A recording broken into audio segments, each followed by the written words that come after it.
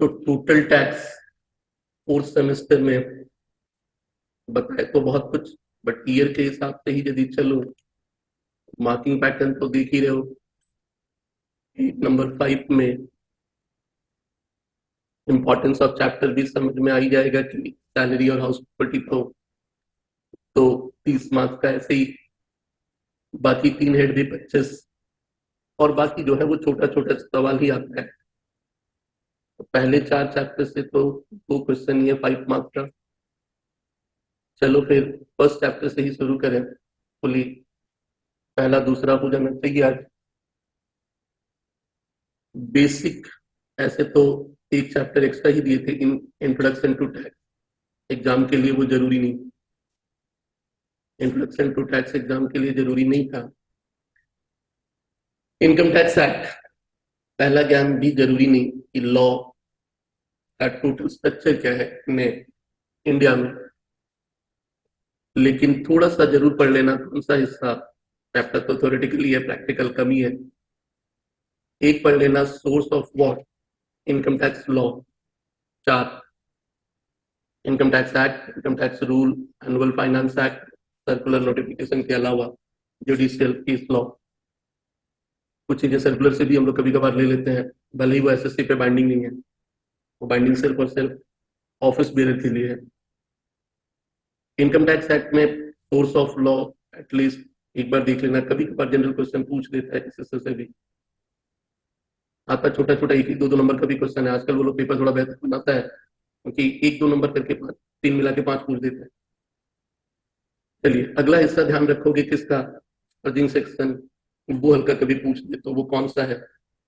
Section 4 की वो line जो हमारे ऊपर इनकम टैक्स लायबिलिटी को क्रिएट करती है, और इसी सेक्शन के कारण ही 4-5 चीजें हम लोगों को यहाँ पढ़ना है। तो सेक्शन 4 वो लायबिलिटी क्रिएट करती है। एक वर्ड है taxes charge on every person, फिर कोई पूछता पर्सन कौन है।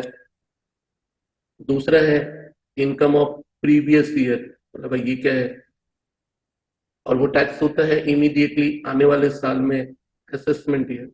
3 चीज तो इस सेक्शन में आया जिसके कारण उसे एक्सप्लेन करना पड़ा, ये 3 है क्या भाई। तो सेक्शन 4 मेरे ऊपर एक लायबिलिटी क्रिएट करता है, इसके बिना तो फिर हम टैक्स भी नहीं देते, क्योंकि वही बताता है कि आपको एवरी प्रीवियस ईयर का इनकम आने वाले ईयर में टैक्स देना पड़ेगा। तो ये 3 के कारण यदि रहा तो एक चार्जिंग सेक्शन के बारे में हल्का दिया, तो अगला हिस्सा ध्यान रखना है व्हाट, पर्सन। पर्सन पे बहुत सारे ज्ञान दिए थे, तो 7 पर्सन है, कभी कभी तो या ज्यादातर पूछ दिया जाता है डिफाइंड पर्सन। बस सिंपल सा पर्सन इंक्लूड 7 नाम को ले लोगे, तो 7 नाम को लेना बस। थोड़ा सा फॉर्म और एओपी में फर्क है, फॉर्म रजिस्टर्ड होना चाहिए और एओपी और बीओआई में वो अनरजिस्टर्ड है। जबकि हम लोग पार्टनरशिप एक्ट में पढ़ा है कि फॉर्म का रजिस्ट्रेशन जरूरी नहीं है, तो जिसका रजिस्ट्रेशन नहीं कराए हो वो फॉर्म के अंदर टैक्सेबल नहीं होगा, वो फिर चला जाएगा एओपी में। बाकी 7 पर्सन में से आर्टिफिशियल जुडिशियल पर्सन में वो जो 3 लीगल स्ट्रक्चर हैं, एक क्लब, एक ट्रस्ट, एक cooperative society, every artificial judicial person. अब इलस्ट्रेशन 1 जरूर देख लेना कि वो कौन से पर्सन है, वो किस में आएगा, और कभी सिर्फ एक ही पूछता है, बहुत सारा भी नहीं पूछता, जिसमें से 1-2 का नाम वो जरूर लेता है, खासकर तुम्हारा Calcutta university every artificial judicial person, वो किसके तहत आएगा। तो पर्सन में पर्सन का थोड़ा सा डेफिनेशन, ऐसे तो बहुत कुछ एक्सप्लेन किए थे कि क्या क्या सोच करके हम लोग उसे पर्सन में लेते हैं। तो जो कुछ भी अनरिटन पार्ट था वो थोड़ा सही से देख लेना। अब चला पर्सन जब हो गया तो एक डेफिनेशन कभी पूछता है एसएसटी, एक डेफिनेशन क्या पूछता है, एसएसटी।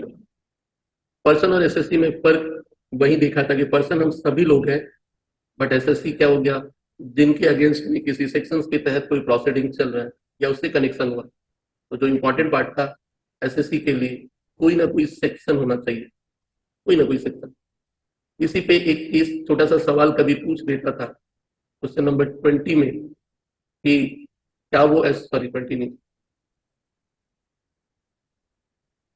एक सवाल तो था उस पे, बंदा वो एसएससी है या नहीं है, या तो क्लास नोट्स में ही रखे थे लास्ट सवाल। इनकम टैक्स डिपार्टमेंट का एक चिट्ठी आया, बोलता आके मिलो। बोलता है हम तो नहीं आएंगे। बोला इतना ही मत। बोला हाँ। बोला क्यों नहीं आओगे? बोला आपके उस चिट्ठी में कोई सेक्शन का रेफरेंस नहीं है कि आप किस सेक्शन के तहत मुझे बुला रहे हैं। जब तक आप मुझे उस सेक्शन का रेफरेंस नहीं दोगे तब तो हम नहीं आने वाला, आपको जो करना कर लो। उस सेक्शन का रेफरेंस चाहिए, बिकॉज आप कोई भी चीज उसे बुलाओगे तो किस अधिकार के तहत बुला रहे हो, and that is why section जरूरी है। तो एसएससी, एसएससी कहते किसको है, एक डिफिनेशन पूछ देता है। उसमें बात थी कि जिनको टैक्स देना है या जिसको रिफंड मिलने वाला है वो तो हो ही गया, उसमें तो कोई शक ही नहीं है। लेकिन तीन और अलग बंदे थे जिनका टैक्स देने लेने से कोई संपर्क नहीं है, वो भी एसएससी के दायरे में आएंगे। वही point number A B C में था। सिंपल डेफिनेशन है, हमें याद करके लिखना पड़ेगा। तो पर्सन और एसएससी के बाद आगे चला तो फिर दो डेफिनेशन, प्रीवियस ईयर और असेसमेंट ईयर, जो कि हर एक साल में मिलता है, हर एक सब में मतलब आया। प्रीवियस ईयर की बहुत सिंपल सी फीलिंग है, जो बीत गया। आज आपकी तारीख हो गई 27 जून 2023, और सरकार का हिसाब चलता है फाइनेंशियल ईयर के हिसाब से, यानी अप्रैल टू मार्च। तो नेचुरल है आज की तारीख में बीता कौन? आज की तारीख में बीत गया 1/4/22 से लेके 31/3/23। तो उसके हिसाब से बोलोगे तो तुम्हारा प्रीवियस ईयर बीता 22-23। इसलिए सारे सवाल जो तुम्हारे हैं related to what, previous year 22-23। और प्रीवियस ईयर में बीता है, बट कैलकुलेशन रिलेटेड जो भी पार्ट है कंप्यूटेशन वाला, वो तो ईयर बीतने के बाद ही होगा भाई। तो ईयर बीता ये, लेकिन कैलकुलेशन तो करेंगे ठीक उसके आने वाले साल में। उस ईयर को कहते हैं व्हाट, असेसमेंट ईयर। तभी तो चार्जिंग सेक्शन में भाषा ही क्या थी, section 4, income of the previous year charge to tax immediately following year, that is what, assessment year। तो पर्सन और एसएससी के बाद दो डेफिनेशन, प्रीवियस ईयर और असेसमेंट। बट प्रीवियस ईयर में एक टेक्निकल चीज और पूछ सकता है, वो है न्यूली एस्टैब्लिश्ड बिजनेस या न्यूली सोर्स ऑफ इनकम। कभी डेट के रेफरेंस में यदि वो पूछ दे, that is newly set of business या प्रोफेशन या सोर्स ऑफ इनकम, बस उसमें टेक्निकल टर्म्स है कि प्रीवियस ईयर चालू तो 1/4/2022 से होगा, लेकिन इस दिन से चालू नहीं हो के हो सकता है तुम्हारा इनकम 15 अक्टूबर 2022 से चालू हुआ, उसके पहले इनकम ही नहीं है। तो फिर previous year newly setup start ही कहां से होगा, 15 अक्टूबर 2022 से लेके ईयर एंड। सिंपल 22-23 यदि लिख दोगे तो वो कार्ड भी देगा, कोई मार्क्स ना दे। न्यूली सेटअप पे तुम्हें हमेशा बात करना होगा जहां से वो शुरू हुआ वहां से। तो न्यूली सेटअप के बारे में भी वही ज्ञान था कि हमेशा एग्जिस्टिंग बिजनेस है तो 1/4 से 31 दिन पूरा था। न्यूली सेटअप है तो डेट ऑफ सेटिंग से लेके यहाँ तक, तो उसी पे एक छोटा सा सवाल लिए थे। कभी कभी कंफ्यूज करता है कि 15/8-21 को बिजनेस स्टार्ट हुआ, तो 15/8-21 वो तो चालू हुआ था भाई 21-22 में, हमारा प्रीवियस ईयर तो 22-23 है, तो ये तो न्यूली रहा ही नहीं। न्यूली रहा कौन सा, जो 15/8 के कब चालू होगा, 22। तो यदि इस दिन हुआ तब तो प्रीवियस ईयर अब क्या लिखोगे, पूरा। बट यदि इस दिन हुआ तब प्रीवियस ईयर क्या लिखोगे, जहां से स्टार्ट हुआ वहां से कब तक, 31 मार्च। तो यदि ऐसा वो टेक्निकल क्वेश्चन दे तो थोड़ा स्पेसिफिक रहना, स्कोरिंग है। और टैक्स में यदि 80-90 दिखे तो लगता भी है कि हाँ भाई जानता है, आईएफएस में दिखने से नहीं लगेगा, तो टैक्स में दिखना चाहिए, कॉस्ट में वो भी थोड़ा सा लगता है। तो आया है तो भी लगता है ना भाई, 90 तो बहुत बड़ा बात है। 9 का फिगर ही क्या है, रिस्पेक्टेबल फिगर है भाई। तो 9 का फिगर तो रिस्पेक्टेबल हो ही जाता है, वो भी खासकर टैक्स के पेपर में लगता है भाई कुछ जानता है। और स्कोरिंग है ऐसा नहीं, बिकॉज लिखना कम है। ये पेपर कहने को 3 घंटा है, आता है ना, आपका पेपर आप एग्जाम हॉल में पाओगे कि 2 से लेकर 2.25 घंटे तक आपका पेपर खत्म हो चुका होगा, क्योंकि लिखना ही नहीं है इसमें इतिहास भूगोल। सवाल है चुपचाप बनाना है, और जब आता है तो हाथ अपने आप क्या है, चलता रहता है। मैक्सिमम 2 घंटा आपको भी लगेगा आप क्या बैठे हैं, क्योंकि जो सवाल होगा कभी ईयर वाइज उसे सॉल्व करोगे तो लगेगा कुछ नहीं है उसमें। एक एक वर्ड, 2-2 वर्ड, एक एक लाइन में तो आंसर ही होगा जो भी होगा। अब पूछ लिया मान लो 1 नंबर एमसीक्यू की तरह कि इसका पर्सन बताओ, नाम लिख के आगे बढ़ो। डिफाइन पर्सन भी पूछ लिया तो फिर कितना लगना है, 2 मिनट, क्योंकि इसमें बहुत ज्यादा कुछ नहीं लिखा। तो प्रीवियस ईयर असेसमेंट ईयर पे इलस्ट्रेशन वही 3 था जिसमें देखना था कि क्या है। तो थोड़ा सा ये हाल ये है कि जब पढ़ा रहे थे तब वो मार्च में ही था, इसलिए वो पिछला दिखेगा। तो मार्च के हिसाब से तो वो पिछला ही दिखेगा, लेकिन आज के हिसाब से वो ऑब्वियसली थोड़ा चेंज रहेगा। चलिए तो प्रीवियस ईयर और असेसमेंट ईयर डेफिनेशन भी याद रखना है और कुछ कैलकुलेशन भी, क्योंकि बहुत ऐसे सवाल हैं जो बार बार लास्ट वाले जो भी हैं, देख लो डिफाइन पर्सन इतनी बार पूछना, असेसमेंट ईयर ये भी वही हाल है, प्रीवियस ईयर के बारे में बोलोगे तो थोड़ा कम, बट था तो वो भी पिछले 2 बार तो कोविड में गया नहीं, सिर्फ 2022 का पेपर इसमें इनकॉर्पोरेट नहीं है, एक साल तो हुआ ही नहीं था और एक साल पैटर्न ही अलग था तो अंदर ला ही नहीं है। तो कुछ क्वेश्चंस बार बार आपसे पूछ लिया जाएगा, पर्सन, एसएससी, आऊंगा बाकी। तो 4 डेफिनेशन तो अब तक देख लिया मेन में। वो 4 डेफिनेशन कौन कौन से रहे? एक तो तुम्हारा पर्सन का डेफिनेशन और साथ ही साथ वो प्रैक्टिकल एस्पेक्ट भी। एसएससी का डेफिनेशन बहुत कम आता था, लेंदी भी है, उसका भी प्रैक्टिकल पार्ट थोड़ा सा, previous year and then what, assessment year. पहला चैप्टर है ये डेफिनेशन को लेके। इसके बाद आगे बढ़ा तो अगला क्वेश्चन एक ही 2 बार आया है, तो ये सेक्शन 4 में आपने पढ़ा था, रूल है कि income of previous year following year में टैक्सेबल होगा, लेकिन कुछ उसके एक्सेप्शंस हैं।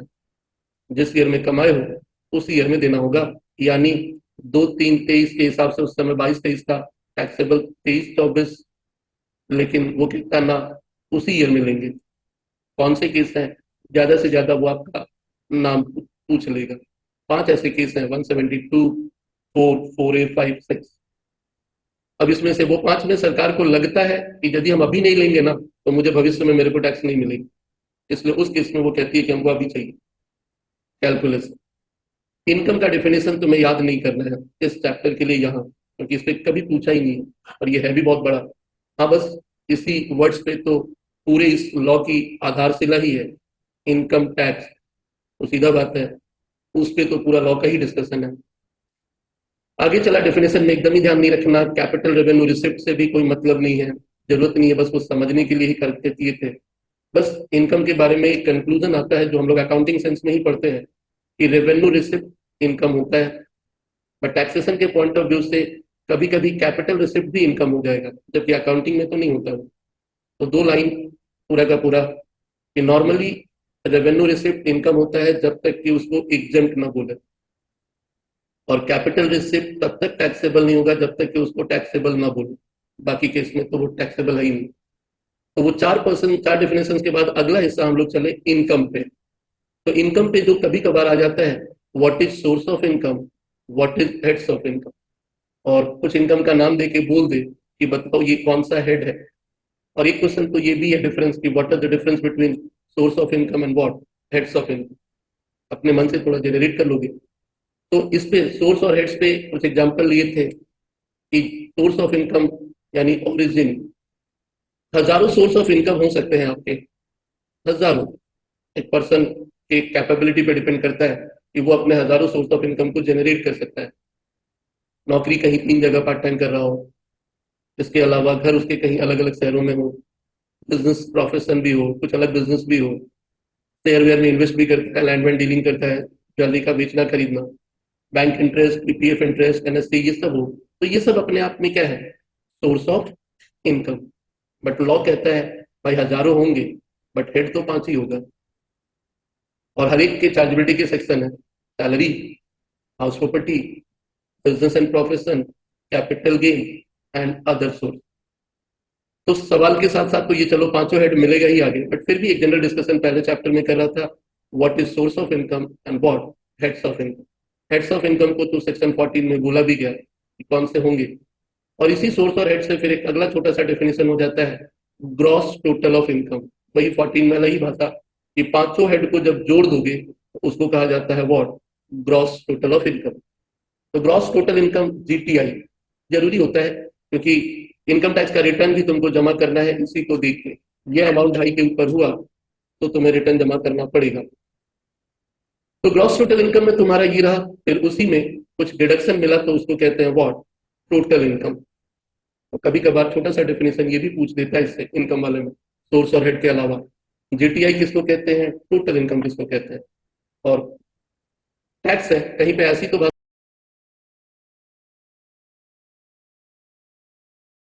नहीं है कि difference between GTI and total income, तो खुद से बनाना होगा आपको, 2-3 पॉइंट डिपेंड करता है मार्क्स के आधार पे। इस जब टैक्स के कैलकुलेशन को ये पांचों हेड को लेते हैं ना, तीन चीजें साथ ही साथ चलती हैं, exemption, clubbing and set of. पांचों को जब भी लेंगे, एग्जम्पशन का मतलब ये है कि वो मेरे टोटल में नहीं आएगा, डिडक्शंस उसी का काउंटर पार्ट है, पहले टोटल में आएगा फिर उसके बाद क्या होगा, माइनस होगा। क्लबिंग, किसी दूसरे का इनकम आप में जोड़ दिया जाएगा। और सेट ऑफ, हमेशा प्रॉफिट नहीं होता, नुकसान भी होगा। ये सब का तो अलग अलग चैप्टर है, बस यहाँ कुछ याद नहीं करना है, हल्का मीनिंग भी नहीं, वो सब अपने चैप्टर में वो क्रिएट हो जाएगा। बस सिर्फ और सिर्फ gross total income and what, total income. फिर उसके बाद चला रिबेट। रिबेट सरकार टैक्स आने के बाद भी कुछ छोड़ देती है, एक रिबेट फिलहाल है 87 का। और आगे रिलीफ, किसी कारणवश तुम्हारा इनकम सडनली बढ़ गया तो उसका एक रिलीफ है, हर एक साल होता तो नहीं आता। इसी पे एक छोटा सा टेबल लिए थे कि जब आप एक इनकम कैलकुलेट कर रहे हो तो कुछ वर्ड्स इसके अलावा, clubbing, set of, exemption, deduction, rebate, relief. पहला हिस्सा तो हम लोग टोटल इनकम कैलकुलेट करते हैं, पांचों हेड्स को लिए, साथ ही साथ क्लबिंग चला, एग्जम्पशन का भी ध्यान रखा, सेट ऑफ का भी ध्यान रखा, तब जाके आया मेरा क्या, टोटल इनकम। और फिर उससे डिडक्शन माइनस कर लिए तो आया टोटल इनकम। अभी सिर्फ ये इनकम आया है, इनकम आने के बाद अगला हिस्सा होगा टैक्स, और ऑब्वियसली उसी इनकम पे कैलकुलेट होगा वो। तो टैक्स का पार्ट तो फिफ्थ सेम में है, वहां आपके बारे में बात होगी इसका डिटेल। उसी टैक्स से रिबेट मिलता है, यदि इनकम एक सर्टेन अमाउंट से ज्यादा है तो सरचार्ज, हेल्थ एंड एजुकेशन से, और फिर उसके बाद रिलीफ, और फाइनली ये टैक्स आपको देना पड़ता है। अब ये सब पार्ट फिलहाल इस चैप्टर के लिए एकदम ध्यान मत रखना, बस पहले चैप्टर में टोटल एक डिस्कशन कर रहे थे और उसी पे एक छोटा सा इलस्ट्रेशन भी लिए थे, बट इस सवाल को देखने की कोई जरूरत नहीं है फिलहाल इस चैप्टर की, जिसमें सारा हेड सोर्स का एक आइडिया, क्लबिंग का, डिडक्शन, सेट ऑफ, और लास्ट में टैक्स। तो ये ऐसे ही जनरल डिस्कशन था, जरूरी नहीं था, बाकी तो समय के साथ साथ सीख ही लोगे। हाँ, तीन अगला इंपॉर्टेंट जरूर है, tax planning, tax avoidance and tax evasion. ये बहुत आता है आपका तीनों में। कभी कभी तो सीधे सीधे क्वेश्चन क्या होता है, और कभी इस पे एक सवाल भी हो जाएगा केस स्टडी की तरह। सवाल इन द सेंस की टैक्स प्लानिंग, पूरे टैक्स में जो करीब करीब 200-300 सेक्शंस हैं, उस पूरे टैक्स में सरकार ने आपको बहुत ऐसी सहूलियत दी है कि आप अपने टैक्स को प्लान करके अपने टैक्स अमाउंट को मिनिमम ला सकते हो। तो सारे सेक्शंस को एक ट्रू स्पिरिट में लेते हुए, उसके साथ छेड़छाड़ नहीं करते हुए, आप यदि अपने टैक्स लायबिलिटी को कम करते हो तो उसको कहते हैं हम लोग व्हाट, टैक्स प्लानिंग। तो बहुत लोग एडवर्ट देखते होंगे, टैक्स प्लानर ये वो, तो कहानी वही है कि वो सब लोग टैक्स बहुत बेहतर जानते हैं और उन्हें मालूम है कि कौन कौन से रास्ते से चलेंगे तो टैक्स कम आएगा। और ऑब्वियसली ये सब हेडेक कब, जब आप एक सर्टेन अमाउंट से ज्यादा कमाते हो तब। कमा ही रहे हो 2.5-3 लाख का, का चीज का प्लानिंग, 5 लाख में कोई प्लानिंग व्लानिंग नहीं है। बस इसीलिए कॉमन मैन जो लोग भी देखते हैं वो कि भाई टैक्स बचाने का ये जरिया, तो पूछ भाई कमाता कितना है, बोला 4 लाख, तो बोला काहे देख रहा है इसको। तो टैक्स प्लानिंग हमारे इंडिया में कमाते ही 5 लाख के ऊपर कितने लोग हैं भाई, तभी तो यूपीआई सब धड़ल्ले से यूज करता है। क्यों, सब जानता है भाई उससे ज्यादा कमाते नहीं, टेंशन का है। तो सब्जी वाला भी सभी के सभी, बोला सरकार जब आके दिखा देंगे इतना ही कमाते हैं। और जो ज्यादा कमाता बोल यूपीआई कर, बोला ना हम कैश देगा, यूपीआई हम नहीं देगा। ज्यादा कमाने वाला लोग कभी ऑनलाइन पेमेंट नहीं करता भाई, समझ जाना कि वो अमीर आदमी है। जो भी हो क्रेडिट कार्ड को अपना रहा, जो भी है ऑनलाइन अमाउंट, क्योंकि वो सीधा सीधा हिसाब में जा रहा भाई, इतना खर्चा हो रहा है, तो वो लोग उसे कम करने की कोशिश करते हैं। टैक्स प्लानिंग एकदम ईमानदारी से चीजों को लेना, टैक्स अब इवेजन पूरी बेईमानी, मतलब इसको बोल सकता है कि चाकू दिखा करके सामान ले लेना, मतलब कि चोरी करने वाला, डकैती वाला हिसाब है। यानी आप अपने इनकम को कम करने के लिए गलत तरीका अपना रहे हो। गलत यानी आप misleading document, suppression of fact, not maintaining proper account, ये सब जो तरीका रहा जिसमें आप अपने इनकम को सीधे उड़ा देते हो, वो तो बेचे ही नहीं है, या खर्चे को फालतू का क्या करते हो, बढ़ा देते हो। ऐसी कहानी को हम लोग कहते हैं व्हाट, टैक्स इवेजन। लेकिन जिंदगी में तुम्हें भी मालूम है एक बीच का रास्ता भी है, ना ईमानदारी ना पूरी बेईमानी, जो हम लोग इंडिया वाले 99% उसमें रहते हैं। लेकिन हाँ, कुछ लोग आजकल सीधे बेईमानी पे उतर है, लेकिन ज्यादातर लोग फिलहाल बोलोगे तो टैक्स अवॉइडेंस, मतलब सरकार के प्रोविजंस को देख रहे हैं लेकिन उसे बस ऊपरी तौर पे कागजी जामा पहना देते हैं उसको, जिसको कलरेबल डिवाइस या फिर जो लॉ की भावना थी उस भावनाओं को आपने आहत किया, genuine spirit of the law, fact law के प्रोविजन को मिस इंटरप्रेट कर रहे हो। तो ऐसी परिस्थिति में आखिर पार्लियामेंट लिख रहा था तो दिमाग में कुछ तो था भाई कि ऐसा होना चाहिए, बट लोग शब्दों को तोड़ मरोड़ रहे थे। अब ऐसे ही कर रहे थे तो फिर बाद में उसे ठीक करना पड़ा, ऐसा नहीं कि उसने छोड़ दिया, बाद में फिर ठीक किया। लेकिन वही है ना एक कहानी की, तू डाल डाल तो मैं पात पात, यानी वो लॉ बनाती है तो इधर बैठे हुए हैं, कहाँ इसने कुछ लूप होल छोड़ा है। बहुत खोपड़ी वाले लोग हैं इस दुनिया में, वो तो बना देती है, लेकिन फिर ये लोग कुछ ना कुछ दिमाग से तोड़ करके निकालते हैं। और मार्केट में, जिंदगी में सब तरह के लोग हैं। कुछ लोग बैठे ही हैं कि ना हम इसमें से कुछ ना कुछ तो उल्टा सीधा क्या है निकालेंगे, तो वो प्रोविजन को तोड़ते हैं और एक बंदा रास्ता दिखा देता है तो सब उसको क्या करता है, फॉलो करना चालू होता है। तो फिर डिपार्टमेंट को साल के अंत में जब रिटर्न आता है तो दिखता है यार सबका सभी अनयूजुअल बिहेवियर क्या कर रहा है भाई। फिर उसको नोटिस होता है कि कुछ तो दाल में काला है, और जब वो ध्यान से उसे तह में जाता है तो फिर पता चलता है कि सभी गलत रास्ता अपनाया है। फिर वो लॉ चेंज करता है, सेक्शन डालता है, फिर वो लोग फिर शुरू करता है कुछ। तो जिंदगी में हम लोग उस कैटेगरी में है कि दुनिया जब कर लेती है तब एहसास हो, लेकिन रियल में होता क्या है कि मतलब जो सब्जेक्ट मैटर ही है, एडमिनिस्ट्रेशन को पहले नहीं पता चलता, लेकिन एक अनुभव देखा हूं कि लोग अजीब अजीब हरकत करते हैं, ऐसी ऐसी हरकत की बाद में पता चलता है ये पॉसिबल था। लेकिन वही लगता है कि दो चार ऐसे लोग हैं जो बहुत एक्स्ट्रॉर्डिनरी खोपड़ी के, जब वो लोग हरकत वैसा करने लगते हैं ना तो बाकियों को भी समझ में आता है ये भी पॉसिबल था, बाकी भी उसको फॉलो करना चालू कर देते हैं। और तब जाके एडमिनिस्ट्रेशन को फिर बाद में पता चलता, मतलब पता चलता है एक समय के बाद जब उस डेटा को लेके वो ध्यान से बैठती है तब। ये दुनिया का दस्तूर है, और इसीलिए ऐसी बहुत घटनाएं होती हैं कि टैक्स चोरी के रास्ते वो कुछ ना कुछ लगाते जाते हैं, तभी तो वो 224 का इनकम का डेफिनेशन हमेशा बढ़ता जाता है, हमेशा वो बढ़ता जाता है। और सबसे ज्यादा वो पीजीबीपी, सीजी और अदर्स हो, ये तीन तो हमेशा उसमें जोड़ने का कारण ही है कि लोग हमेशा उसमें कुछ गलत ढूंढ रहे हैं। एक स्टैंप ड्यूटी वैल्यू, सरकार के प्रॉपर्टी का वैल्यू को लेके चोरी था इनका, जिसके कारण बहुत सारे प्रोविजन चेंज हुए। और आज भी बड़े लेवल पे तो कभी पढ़ोगे एएलपी, आर्म्स लेंथ प्राइस, वो इनकम टैक्स का चोरी का सबसे बड़ा प्रोविजन है। और वो बस छोटे लेवल पे नहीं, वो बड़े लेवल पे है। इंटरनेशनल कंट्री में मल्टीनेशनल कंपनी है या एक ग्रुप ऑफ कंपनी है, वो सारे चोरी का रास्ता अपनाती है, और उसको लेके वो प्रोविजन बहुत लंबा चौड़ा लिखा गया है। नाम भी कुछ है, आर्म्स लेंथ, मतलब मेरी हाथ जो है ना तेरे पहुंच के अंदर है, तो कहाँ जाएगा, उसके अंदर भी तेरे को डाल के ले आएंगे। हमको भी लगता है नामकरण भी बहुत सोच समझ के करता है, आर्म्स लेंथ प्राइस। चला तीन, अब इस पे कुछ सवाल दे कि एक स्टोरी बना के पूछेगा कि बताओ ये किसके दायरे में आएगा, यानी वो तुम्हारा नाम भी अजीब, Tom deposited 10,000 in PPF, purchase NSC to reduce his liability. On the other hand, Jerry did not show his interest on bank deposit amounting to this and thereby reducing his tax liability. Comment on the nature of tax saving policy adopted by Tom and Jerry. तो Tom ने तो PPF NSC में जमा करके tax कम किया, तो फिर Tom तो सही रास्ता पे था भाई, इसलिए उसको कहेंगे टैक्स प्लानिंग। जेरी अपना interest on bank deposit bank वाला दिखाया ही नहीं टोटल इनकम में, टैक्स इवेजन, चोरी दिखाया ही नहीं।